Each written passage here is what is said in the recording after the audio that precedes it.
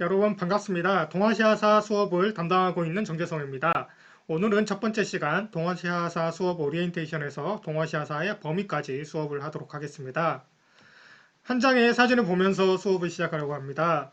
여러분들 이 사진을 보니까 어떤 생각들이 든가요? 이 사진은 작년에 선생님이 이맘때쯤에 저희 학교 교정에서 찍었던 사진입니다. 선생님은 이 사진을 보니까 작년에 정말 행복했던 기억들이 많이 떠오르네요. 지금도 학교에 벚꽃이 굉장히 많이 피어서 아름다운데요. 작년과 틀려진 점이 있다면 바로 여러분들이 학교에 없다는 점입니다. 이 코로나19로 인해서 일상의 소중함이 얼마나 큰지를 우리에게 깨닫게 해주는 것 같습니다. 하루빨리 코로나19가 종식되어서 여러분과 마주하면서 수업을 했으면 좋겠습니다. 비록 온라인상이긴 하지만 출석을 한번 불러보도록 하겠습니다.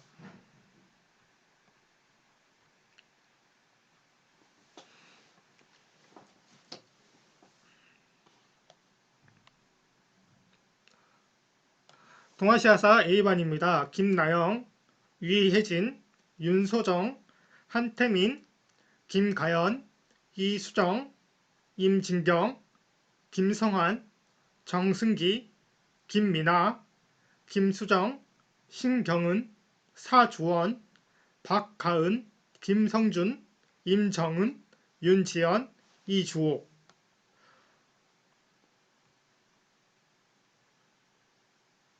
동아시아사 B반입니다. 김가희, 이가영, 최지환, 이효기, 홍도연, 김서은, 임서정, 장소영, 구다빈, 김정민, 고가은, 김민, 박하은, 정다빈, 송재민, 천용준, 김지혜, 안종범, 최민서.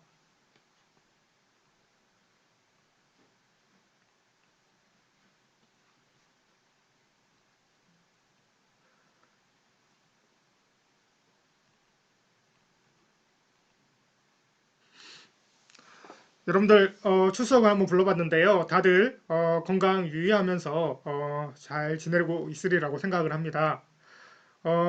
선생님 소개를 하도록 하겠습니다. 선생님 소개는 여러분들 교육방학 보충 수업 시간 때 선생님 소개를 했는데 여러분들이 시간이 많이 흘러서 선생님을 많이 잊어버렸을 것 같아서 선생님 소개를 간단히 하도록 하겠습니다. 선생님 이름은 정재성입니다. 담당 과목은 1학년 통합사회, 2학년 세계사, 3학년 동아시아사를 가르치고 있습니다. 이메일 주소는 다음과 같고요. 본 강의는 EBS 온라인 클래스에서 장은고 동아시아사를 검색하거나 또는 유튜브에서 여유당 선생 또는 장은고 동아시아사를 검색하면 수강하실 수 있겠습니다. 여러분들 강의를 듣다가 궁금한 점이 있으면 선생님 이메일 주소로 질문을 해도 좋고 또는 EBS 온라인 클래스 커뮤니티 방에 궁금한 점을 올려놔도 좋겠습니다. 그러면 선생님이 빠른 시간 내에 피드백을 해줄 수 있도록 하겠습니다. 다음으로 수업 소개를 하도록 하겠습니다. 매주에 20분 분량의 강의 3차시를 수강한 후에 여러분들이 선생님이 제시한 과제를 해결해야 출석을 인정할 수 있도록 하겠습니다. 과제는 EBS 온라인 클래스 커뮤니티 방에 제출하면 되겠고요. 동영상 강의에서 수업한 내용을 나중에 평가와 연계, 여러분들이 나중에 학교에 등교했을 때 평가와 연계를 할 수 있도록 하겠 테니까 동영상 강의를 충실히 들어주었으면 합니다. 자, 그러면 오리엔테이션은 여기까지 하는 걸로 하고 다음으로 오늘 여러분들이 학습해야 할 두 번째 주제인 동아시아의 범위와 국가에 대해서 살펴보도록 하겠습니다. 먼저 동아시아에 해당하는 국가들을 먼저 살펴보면요. 중국, 타이완, 몽골, 한국, 일본, 베트남이 되겠습니다. 그래서 좌측에 지금 지도가 있는데요. 이 국가들의 위치를 여러분들이 지도에서 찾을 수 있어야 되겠습니다. 여러분들 한번 이 지도에서 이 국가들의 위치를 한번 찾아볼까요?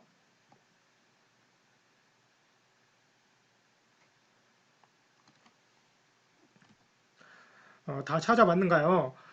그래서 우리 주변에 있는 국가들이어서 잘 찾을 수 있죠. 그래서 일본, 몽골, 중국, 베트남이 이렇게 있고요. 그다음에 이쪽에 있는 섬이 타이완이죠. 근데 여러분들이 이 타이완을 많이 잘 헷갈리더라고요. 그래서 이쪽에 있는 섬과 이 타이완을 많이 헷갈려 하는데 이쪽에 있는 섬은 하이난도라고 해서 중국 사람들이 휴양지로 많이 가는 섬입니다. 그래서 이 타이완하고 이 하이난도하고를 헷갈리지 않았으면 좋겠습니다. 그 다음으로 동아시아의 범위에 대해서 살펴볼 텐데요. 이 동아시아의 범위를 보려면 이 동아시아 각 지역들을 부르는 지리적 개념들이 있어요. 그래서 그 지리적 개념들을 좀 여러분들이 알고 있어야 됩니다. 그래서 여기 있는 티베트 고원이나 몽골 고원, 화북, 화중, 화남, 만주, 한반도, 오키나와가 어디에 있는지를 알 수 있어야 됩니다. 그래서 여러분들이 몇 군데는 아는 데가 있을 것 같은데요. 먼저 한번 찾아보도록 할까요?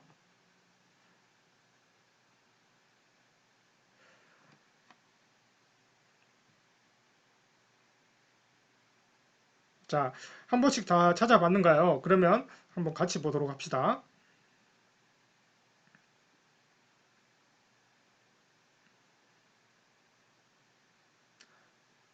일단 쉬운 데부터 먼저 보겠습니다. 우리나라를 지리적으로는 한반도라고 부르기도 하죠.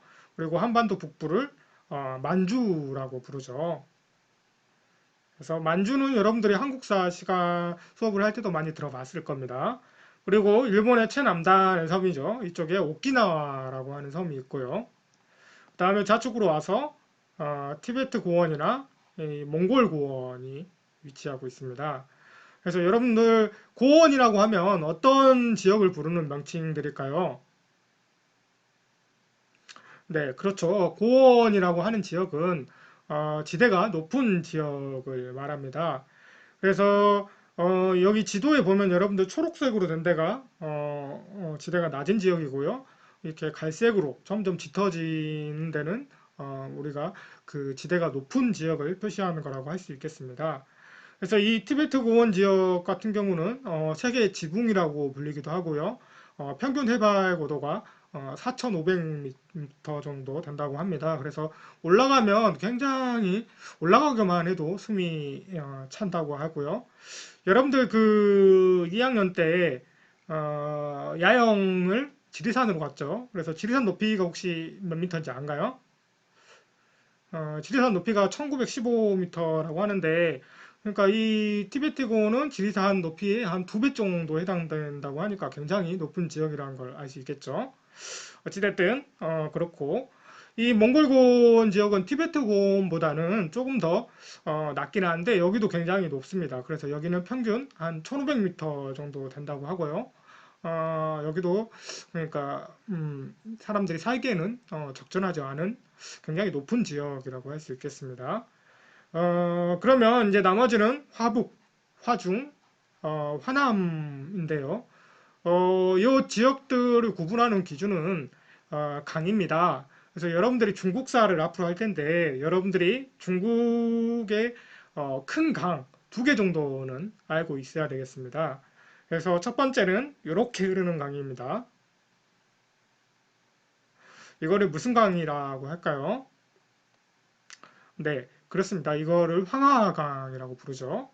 그 다음에 이쪽에 밑으로 이렇게 흐르는 강은 무슨 강이라고 할까요? 우리 중국집 이름에도 이 강의 이름을 따서 중국집 이름을 한 경우도 있습니다. 그렇죠. 이 강은 창장강이라고 부릅니다. 또는 양쯔강이라고 부르는데요. 중국집 이름에 양쯔강이라고 하는 중국도 많이 있죠. 그래서 이 화북, 화중, 화남이라고 하는 구분은 이 황하강 유역 일대를 화북이라고 부르고요. 그 다음에 이 창장강, 양쯔강 일대를 화남이라고 부릅니다. 그래서 이 황하강과 양쯔강 사이에 있는 지역을 화중이라고 부르고 있습니다. 그래서 동아시아의 지리적 범위를 보면요. 가장 서쪽으로는 티베트 고원을 이야기하고요. 가장 동쪽으로는 일본이 있죠. 그리고 가장 북쪽으로 했을 때 가장 끝은 이쪽 몽골 고원이 있는 거고요. 그 다음에 가장 밑으로는 어느 국가가 위치해 있는가요? 그렇죠. 베트남이 위치하고 있습니다. 그래서 동아시아의 범위는 이렇게 우리가 한번 볼 수 있겠습니다. 다음으로 동아시아사는 왜 배우는가에 대해서 살펴보도록 하겠습니다. 2018년 통계 자료인데요. 한국의 10대 수출국을 나타낸 통계 자료입니다. 여기에 동아시아 국가들이 몇 개가 있는지 한번 살펴보도록 하겠습니다. 1위가 중국, 3위가 홍콩인데 홍콩은 지금 중국에 반환됐죠. 그 다음에 베트남, 일본, 대만. 대부분의 동아시아 국가들이 상위권에 랭킹되어 있는 걸 보겠습니다. 볼 수 있겠습니다. 동아시아 국가들이 몽골을 제외하고는 다 들어가 있죠. 다음에 통계 자료는 2016년하고 2015년의 통계 자료인데요. 우리나라에 방문한 주요국들의 통계입니다. 그래서 1위는 중국이고요. 2위는 일본, 4위는 대만이 되겠네요. 역시 동아시아 국가들이 상위권에 랭킹되어 있는 걸 보여주고 있습니다.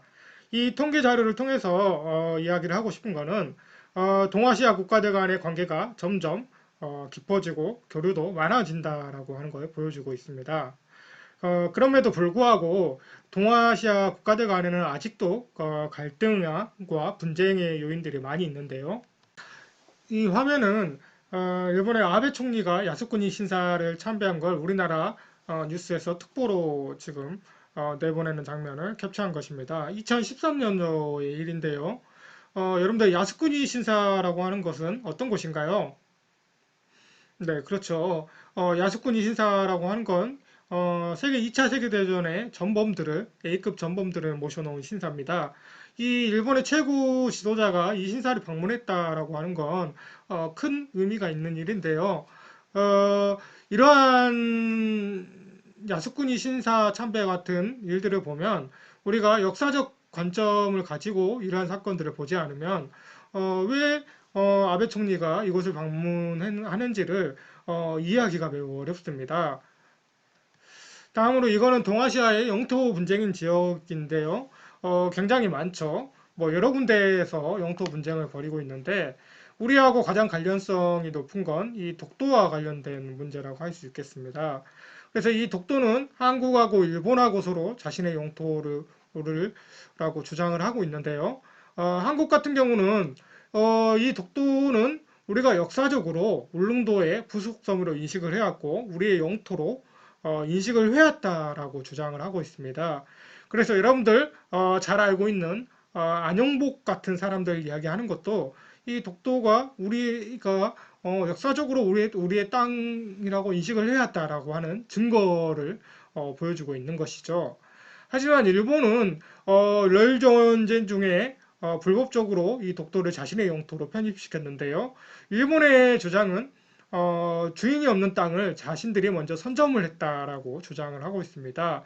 이러한 독도와 관련된 문제도 우리가 역사적 관점에서 이해를 하지 않으면 이해하기가 매우 어렵다라고 할 수 있겠습니다. 이 화면은 일본 상품에 대한 불매 운동에 대한 포스터인데요. 한일 간의 관계가 굉장히 지금 악화되었고 지금도 현재 진행 중인 것 같습니다. 여러분들 이 사건 일본의 상품에 대한 불매 운동을 하게 된 계기가 무엇이었는가요?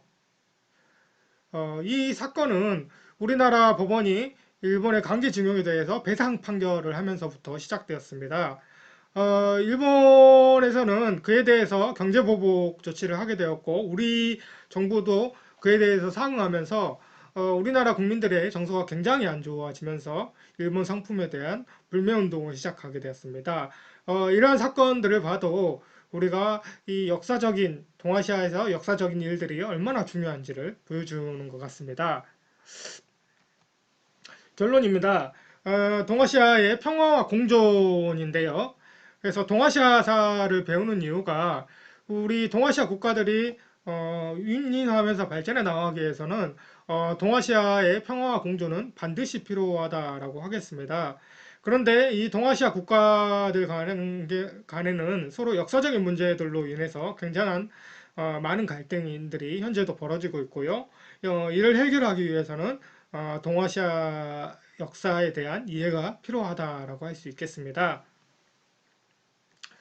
오늘은 오리엔테이션을 하고요. 그 다음에 동아시아의 국가와 범위, 그 다음에 동아시아사를 왜 배우는지에 대해서 살펴봤습니다. 마지막으로 과제는 현재 동아시아에서 벌어지고 있는 큰 이슈나 문제점을 여러분들이 한 가지만 찾아보고요. 그에 대한 본인의 생각을 적어 보았으면 좋겠습니다.